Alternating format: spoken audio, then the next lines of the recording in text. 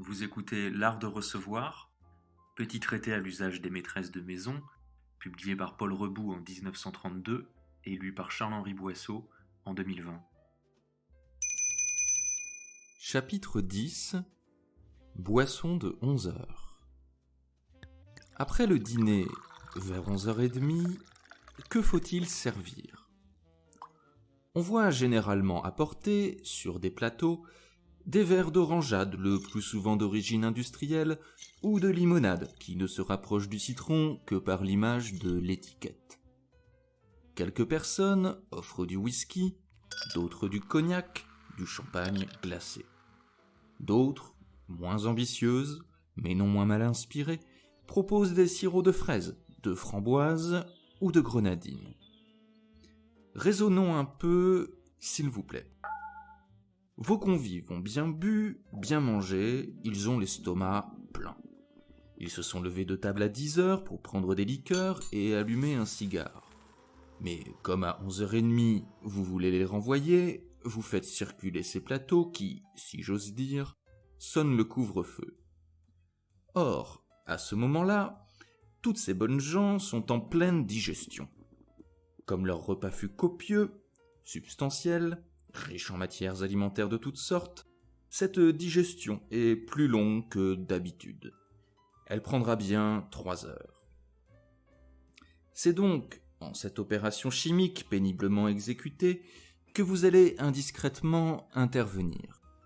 Et comment ? Soit par un alcool qui paralysera les fermentations nécessaires, soit par un liquide glacé qui frappera dangereusement l'organe, soit par un délayage de parfums et de sucre qui diluera le suc gastrique et dilatera les parois de la fameuse cornemuse. Ah, qu'elles seraient bien inspirées, les maîtresses de maison qui se contenteraient d'offrir à leurs convives un verre d'eau très fraîche et non glacée, d'eau gazeuse, mais gazéifiée naturellement, d'eau aromatisée par une tranche de citron. La voilà bien, la boisson qui ne gâtera rien, bien au contraire, la boisson qui désaltérera et qui rafraîchira en accélérant la digestion au lieu de la paralyser. Si toutefois, vous tenez absolument à prolonger l'animation de vos convives, si vous voulez qu'ils demeurent chez vous jusqu'à 2 ou 3 heures du matin, eh bien, qu'il me soit donc permis de vous donner une recette de boisson d'après-dîner, une recette tout de même moins périlleuse que celle dont on fait usage. Sucrez de 3 cuillerées de sucre en poudre 1 litre d'eau gazeuse naturelle très fraîche.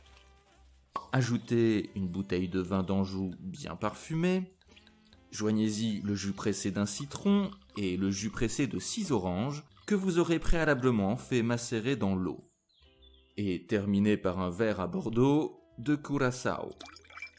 Vous aurez alors une boisson qui ne sera ni trop âpre ni trop fade, qui aura un goût de fruits et qui sera soutenue par un suffisant degré d'alcool. Servez-la bien fraîche. Je crois que si votre Anjou est d'origine et si votre curaçao est d'une marque sérieuse, vos convives n'auront pas, en sortant de chez vous, un de ces maux de tête qui justifient si souvent les plaisanteries et les paroles malveillantes prononcées contre les personnes par lesquelles on a été accueilli. Prochain épisode, de 5 à 7. Que les vents soient doux, et si cette émission vous plaît, n'hésitez pas à en parler autour de vous, à laisser une note ou un commentaire sur iTunes, et bien entendu à nous suivre sur Instagram, dans un univers très art déco, @l'artderecevoir.podcast.